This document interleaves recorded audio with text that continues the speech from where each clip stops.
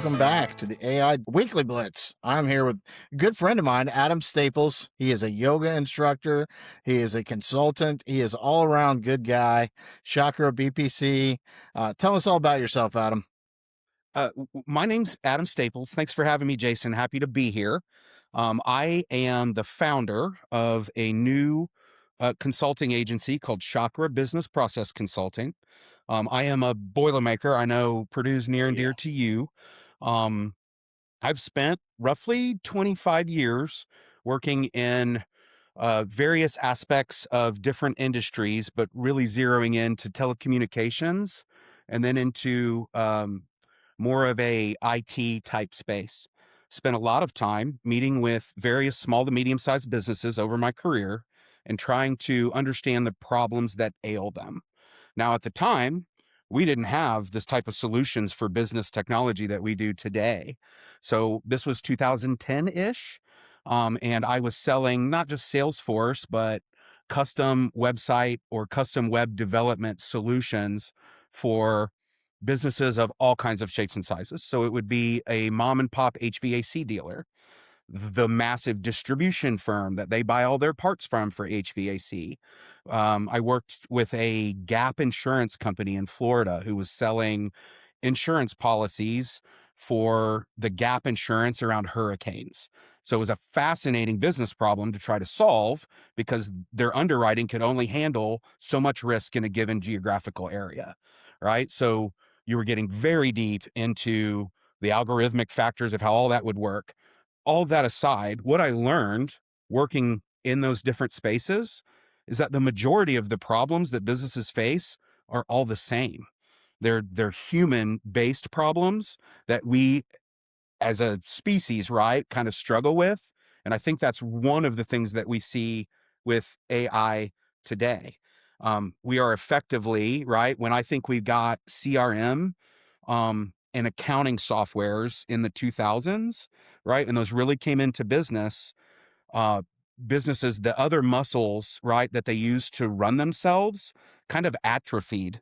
We became our technology around our finances and the way we convert leads and things became so powerful that the only thing that we look at is dollars and cents related things because that's all we've can influence, right? Because our other muscles have atrophied.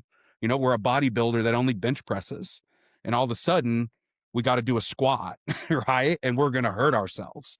And that to me is what we're struggling with in the market. It's not a technology problem.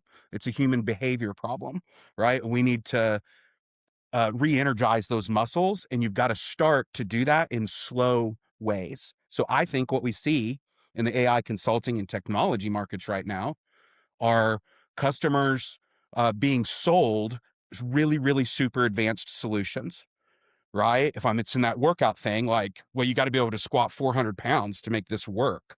And they can't, they don't know anymore, right? They know financially how to impact their business, but those small operational inefficiencies and things that we used to know how to manage, right? We've forgotten. And the new technologies today allow us to relearn some of those skills, right, that we've forgotten. But if we don't start with clarity first, right, it's like any major transformation in life comes down to uh, knowing you have a problem before you can solve it, right? You Mhm. go see your doctor before you start a big workout program for a reason, right? To find clarity, right? And understand your baselines before you go out there and try to run a marathon and you weigh 400 pounds and you die, right? That's Right. not the game. We need to have some clarity first. So at Chakra, we have developed a um, an innovative and proprietary approach that looks to break businesses down into 7 like key energy centers, regardless of the business. And this has the net effect of as we work with more and more businesses, we understand their similarities. It doesn't matter that one might be a marketing firm and one is a manufacturing firm. They face the same problems. So if we at Chakra can get in and work with those groups and understand their similarities, right? And their differences, but it's their similarities that actually matter more. We believe, right, that we can find simple, right, exercises. In my analogy back to weightlifting, right? It isn't a 400-pound squat. It's let's bend over and touch our toes, right? And we'll start to grow, and we bring AI to where customers are at, right? You cannot automate chaos. And the business world right now is really, really trying to sell you that they can automate all the things that you have. And you cannot automate chaos. So Chakra is early in our infancy. We have prototype, what we call Chakra workbenches, which are individualized solutions, right? Built for not just one user at a small to medium sized business, but several users, right? And it creates a standardized set of rules, and a cultural kind of drumbeat for how a business wants to work. Um, I know, Jason, I will talk forever, buddy. You know me. But No, I think very that's great. interested in talking more about it, and learning more about how we can teach people, right, how to reuse some of those muscles that they've lost in the past. And we will put your links in the show notes. I love it. And so one of the biggest things that I see, and I'm kind of all over the place in the state of Indiana with AI conversations, right? What I see is two things. Nationally, I see people who've developed software solutions for the software industry, which is completely prescribed. Like all that messiness does not exist in code writing. There's a way to work with Java code. There's a way to work with all these different rights. So it's not that we won't be able to apply that to white collar work as a whole eventually, but white collar work as a whole, what you're bringing up is not set up inherently for that. There's a lot of new habits that we have to form, a lot of things we have to do with data cleanup that allow that to happen. And the second thing that you bring up that I absolutely love is most of the conversations I hear in the state are, ooh, look how enterprise is doing this, but they're talking to an audience full of small business to medium-sized business owners who do not have the resources, nor the funds, nor the talent to do things the way enterprise does it. And so that's not a great solution for them. And I love that you like get back to the basics with people and let's just figure out like what are our process problems? What are we trying to solve to begin with? And how do we do this in a rolled out way that includes everyone in the company, gets buy-in, and allows us to do something at a pace that is comfortable so that we're implementing AI, not pushing AI on a bunch of people by just buying them a ChatGPT account and saying, here, go figure it out. Yeah, like it's pixie dust. Go do the Yeah. AI. We just throw it into the air and we wait for it to guess who we are. And Yes. it that is going to take forever for us to advance these things so it can guess. Humans are way too complex, right? Clarity first always is a tenet that you will hear at Chakra all the time. I think we and having come from the SaaS software world, right? I saw it in the real time there too, right? But promoting and pushing, or allowing, in a lot of cases as a consultant, customers to chase a shiny toy. That is how we've gotten to all the disparate systems that we have, right? Like you end up with some one-off ticketing software and support because a VP of support liked it, right? But there was no unified strategy. You chased a shiny toy. And now you have a disparate system that probably isn't integrated to the other things in the tech stack. And it's making you more inefficient than what you ever thought it would. And you have a really hard time tying any return on investment back to chasing shiny toys. And Well, we and do it over and over and over. the pixie dust thing really resonates with me. One of the things that I've been hearing lately, which is a common misconception is that using these large language models effectively is easy, and it's really not. You really have to know what you're doing. So I had like a shining moment today that I just have to share. I actually just posted about it, but I have to talk about it as well. So are you familiar with the Turing test? I know of it. Tell me more. So Alan Turing was a scientist back in the 60s or 70s who effectively said that artificial intelligence will be what their version of like artificial general intelligence or well baked when it can fake humans out and make them believe that it's a human. And this was all written back in the time. Eliza was one of the first computers to do this. That it was like a chatbot trained on motivational interviewing that would ask questions of people around their mental health, and they thought they were talking to a therapist. So it passed the Turing test, right? So we've passed the Turing test and on a lot of fronts. But today, my Claude account passed the ultimate Turing test. All right. Can I tell you about it? So Yeah, ever please since do. this stuff has come out, right, I have built custom guides for tone, voice, and style for myself to try to get AI to write just like me. Because my thought is you should become an editor. It's not that you shouldn't ever write, but you should have the choice of either having AI write for you, like in a newsletter, or you writing it yourself, or a combination of the two. But if you get it good enough, people shouldn't be able to tell the difference between you having it write the whole thing and you writing it. My wife is a Ball State educated English teacher. She works as a social worker now, but she spent 5 years as an English teacher. She is certified as an English teacher. We have been married for 15 years. I have been kicking around exactly the ideas you're talking about with my Claude account for the past few weeks of how do we identify tasks at work versus the purpose of the work, and then use AI to offload the task so that we can do the more purposeful human to human work or strategy work or things that AI cannot yet do. Right. And so that was on the radar for a newsletter. All I did was take a prompt to my Notebook LM where I have kind of notes from the last 3 weeks about what I think about various topics and say, hey, what have I said about what am I thinking around task versus purpose? Gave that to Claude and said, write the newsletter article about this. And it spit it out. And my wife was in the other room getting ready for Easter dinner. And I said, can I read you an article I just wrote? I want your feedback. Now, I've done this many times in the last 15 years, long before AI. I read it to her, and she started debating with me whether or not the thoughts in it were legitimate. She could not tell that it was not my writing. And even when I said, I walked over and made her give me a high five, and she's like, what are you doing? And I was like, my Claude just passed the Turing test. That was a 100% AI written. I did not change a single word. I read you the whole thing, and you thought it was my writing. And she said it sounded just like you. That's awesome. How do we I'm very interested in wanting to standardize that, and that's that cultural drumbeat, right? Where we can start to control how we communicate out of each of the firms, and, that's such an interesting development, right? As we get tune these things closer and closer and closer and find new and new value, more and more value. But if you look at the headlines, which is what this show's usually all about, like that, I feel like those are not the kind of pragmatic conversations we're having societally, right? We're hearing that OpenAI just bought TPBN, Technology Business Program Network, which is like a 3-hour podcast, so that they can have their own broadcasting network. And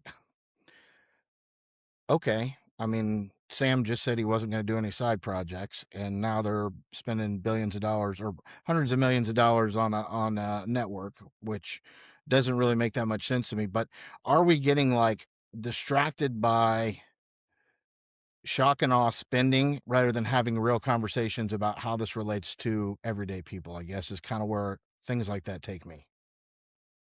Well, and I wonder, are we seeing like we've seen it in traditional media, right? Like narrative space being bought. And I'm curious as to what it's going to do to like the journalistic market around AI. Like, does it make your podcast more interesting because you're not owned? Right? You see this in all kinds of media. Like I'm a big video gamer, right? And you can't read a video game review and then a comment after it without somebody saying, "Well, you only gave it a 9 because they pay you." Or and this is going to be you're promoting OpenAI solutions first because they pay you and their credibility is damaged almost from the start. At least from an independent perspective. That's a great point. And it'll probably piss Elon off, and we'll have the XAI technology network to combat it. And then it'll be just like politics. You'll have, depending on what channel you go to, will be the That's right. information you get rather than generalized, like, here's the facts, make your own decision type of media that you and I grew up with. Yes. It's funny because before we came on, we were going down. You took when you said telecom, you took me back to the '80s because telecom was a big thing back then, and we remember like Max Headroom was on HBO, and then was there for Coca-Cola. And you're right, that was like the first like digital marketing thing that we ever really experienced. Yeah, I mean, like I said, I'm sure it was an actor, but the persona, that was a brand like based in technology, right? And I'm hard pressed thinking backwards, and I'm 47 of another example of that. Like, I don't know, did the robot from Lost in Space sell a hula hoop or something like that? That would predate it, but I think that's what you're going to have to go back to. Yeah, all I ever really hear on those is the doomsdayers who want to refer to like HAL 9000. I think we go more to like, and actually it's a little more realistic because it is kind of the voice integration Jarvis type thing is really where we're headed right now, where you have a voice contact with an AI system through Slack or through your phone or through your computer, and then it's going off and controlling everything for you behind the. And that was like Mother from Alien, which is actually Muthur.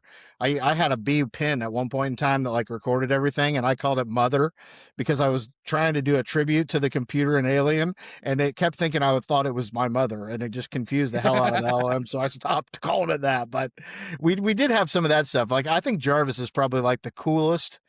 What that could look like, but there's definitely some dystopian stuff where that goes wrong. Oh, I'm super interested as Chakra grows in um playing with avatar animation and leaning into personality right around these things. That's the thing about Jarvis. Jarvis is cool. It isn't just Iron Man bot.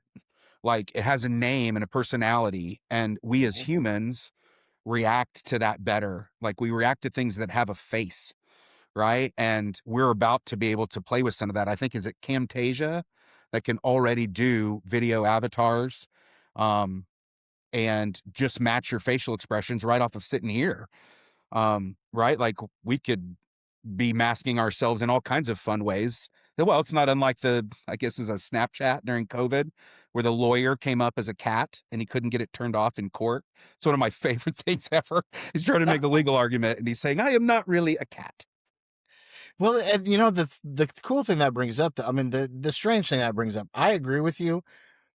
Listen, I'm a person in long-term recovery. I've had issues in my life. Technology has never been that issue. I've never been addicted to scrolling. I don't scroll much at all.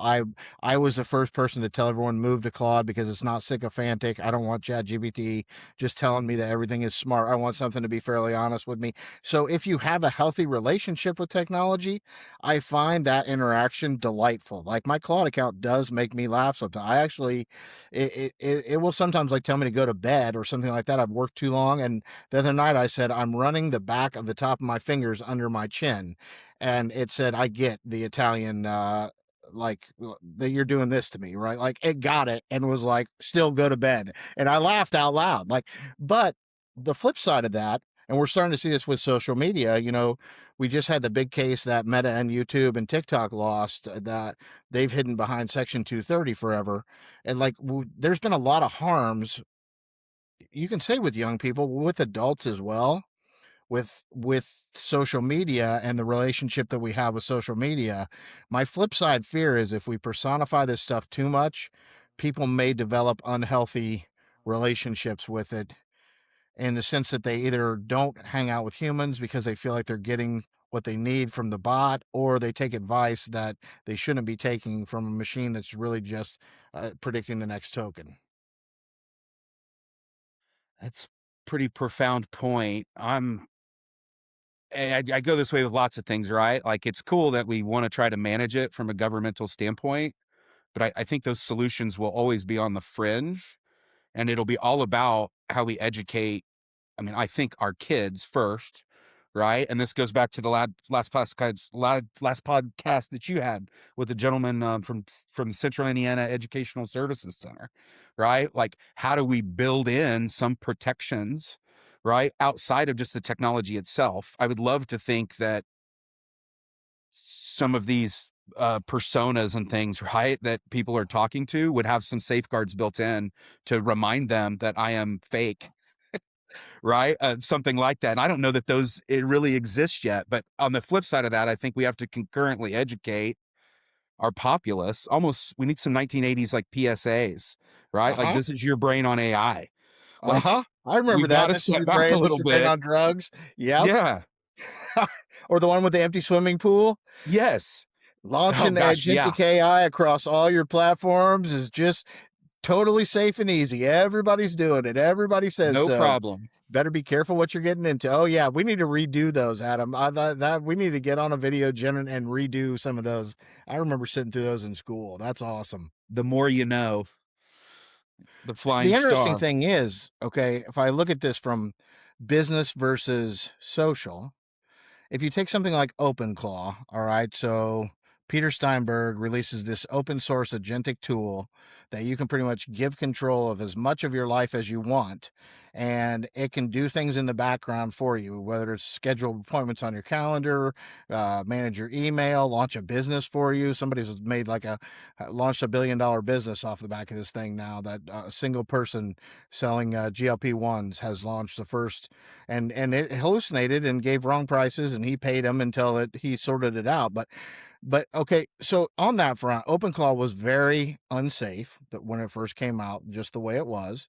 And you had some early adopters who understood the risk and took it. You had a handful of early adopters who didn't understand the risk and took it and got bitten. But very quickly, you got Claude Code catching up so that you can do it inside of Anthropic. You got NVIDIA launching NemoClaw, which is more or less like if you have some software engineering skills, you could really use OpenClaw inside of a safe cloud environment and do all these build outs. So like on the product side, it seems like when we release something that has some dangers, we recognize those because they're going to cost us money, and we create fixes for it. On the social side, we wait till 15 years later when there's been like a whole ton of court cases, and then we decide, hey, maybe we should do something about this, right? And that can be concerning. Well, yeah, the latter, right, requires all of us to act together. And the the we are incentivized by convenience as a species, I think, and these tools are making it easier and easier and easier to find convenience.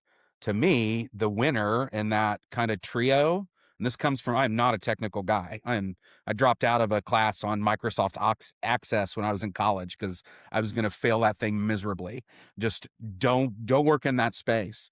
But I can tell you, and this is a lot of what Chakra is all about, right? Is wedging ourselves in between the technology and these end user groups.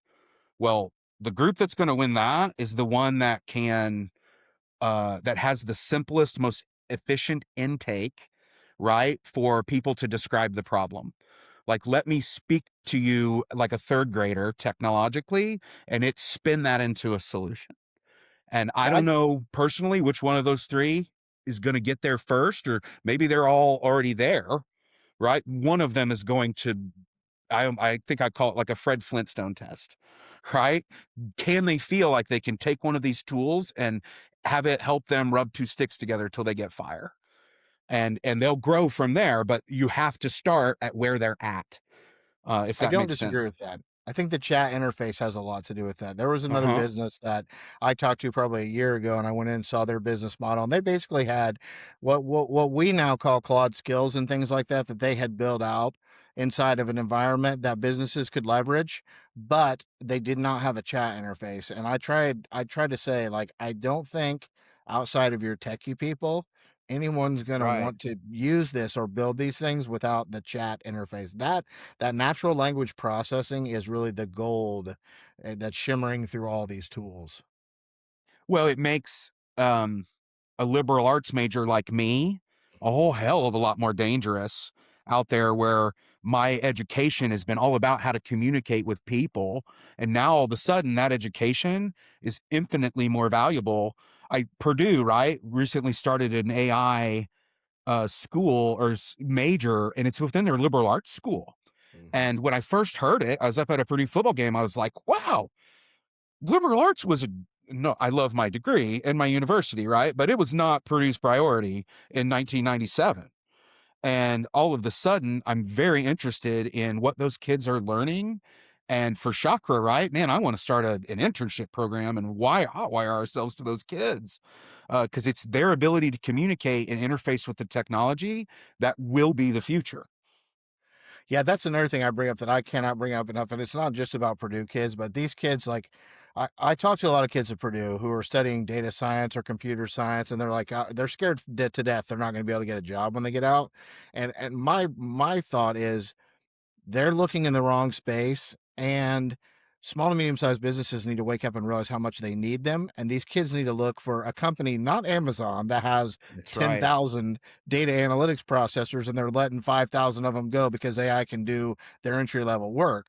But mom and John's HVAC company that now wants to implement AI, and if they had a 21-year-old data analytics bachelor or computer science bachelor kid who's already been playing with these tools, they would be so much better off and so much more able to navigate this landscape going forward than they would by hiring a standard project manager or something what their normal hire in that level would be.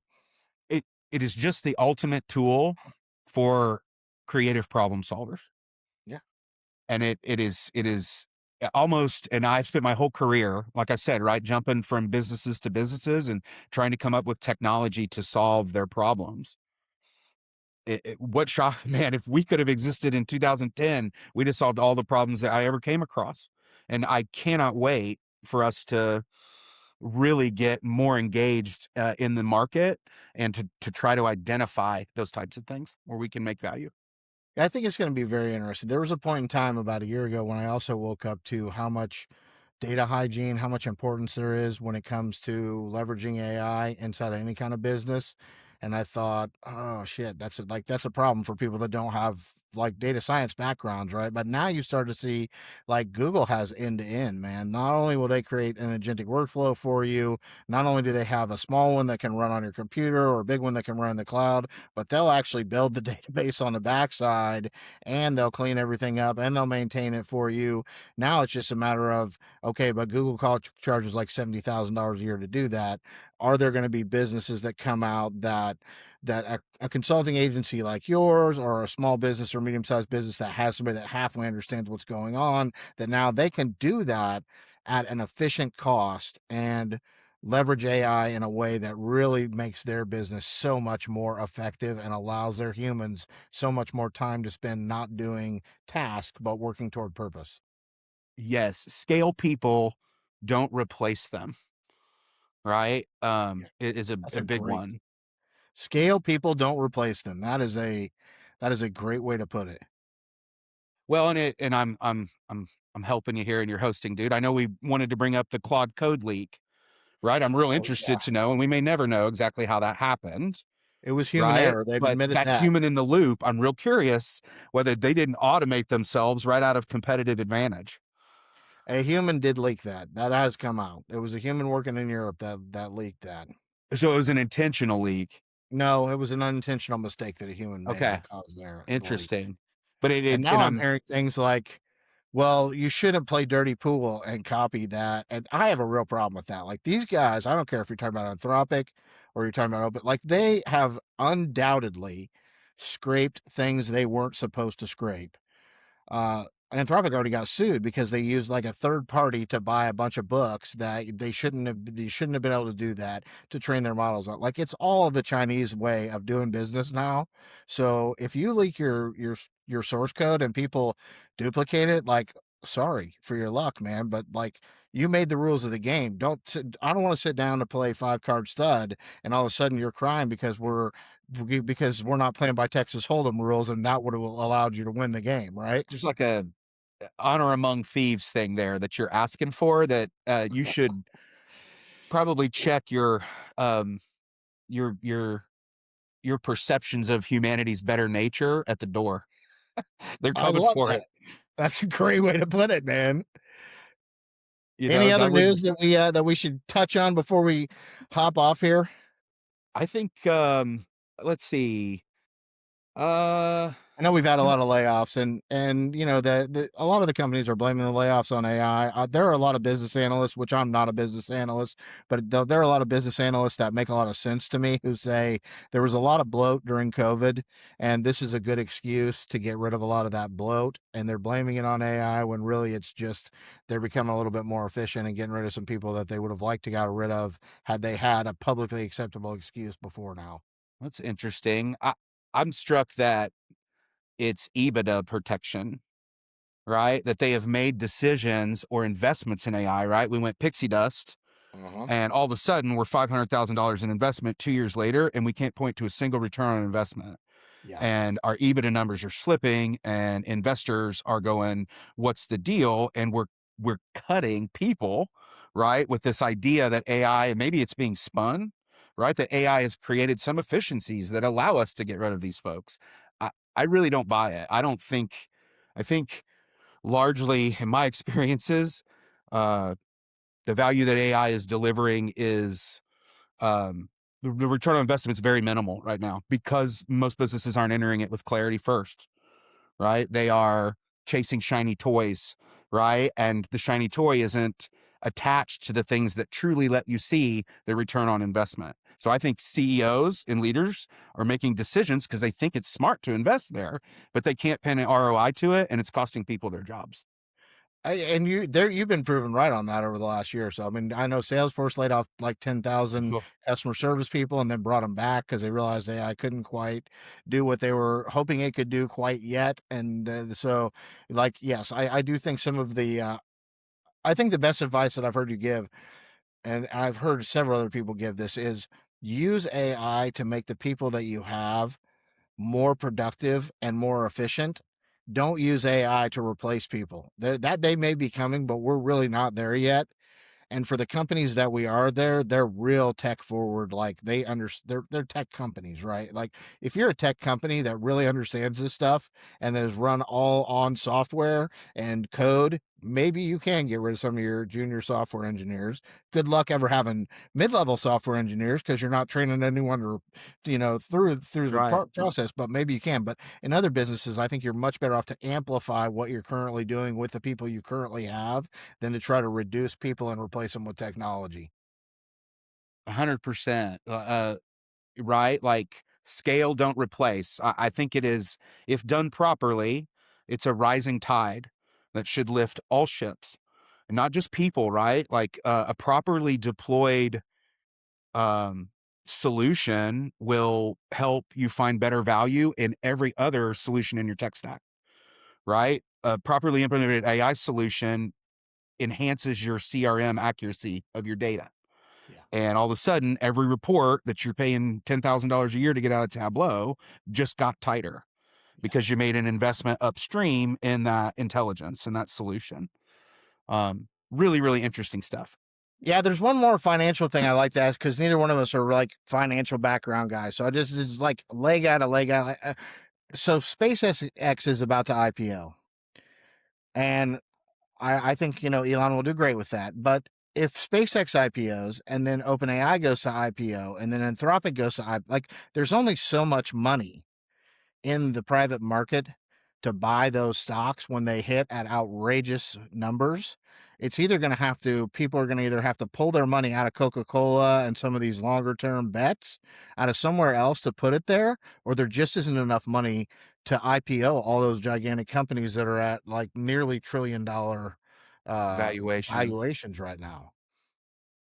Well, that'll be really interesting. Is that, I mean, that feels like some construct of the bubble, Yeah. right? If they all do that and there isn't enough to fund their valuations, then they've been overvalued, and we might see the market tumble around it a little bit. I guess the thing that strikes me, man, is, and this is just more looking at humanity, right? I think it's really funny that we look to the sky for progress, right? To like Artemis 2 this week, we're talking about building a base on the moon. We started Space Force, right? We've got all this excitement about something that we can barely reach. And meanwhile, right in front of us, the most transformative technology we'll see in our lifetimes is here. and we argue about it in crazy ways, and we can't figure out how to adopt it. But damn it, we will go fly around the moon. To me, that's the Eric Cartman of Silicon Valley. They're like, Silicon Valley's like, hey, we made this really cool new thing, but we're going to need a whole bunch of data centers for it. And people are like, I'm not real sure about you putting turning my entire state into a data center. And they're like, well, screw you guys, then we'll just go to our outer space and build them up there. Like, as though it's not much of an ask. Like, okay, we can't build them on the plains of Kansas. Well, hell, we'll just build it on the moon then, or orbiting Earth, which you and I both know, like, that's the difference. If we were talking about the cost of building not having enough money to build the energy and the data centers on Earth, that was a big conversation a year ago, right? Now all of a sudden we're going to build them all in space, and we don't think that's going to cost like 100 or 1,000 times more than it would have cost to build them here on Earth. We better figure out how to adopt this solution before we can, before it's going to warrant that level of investment.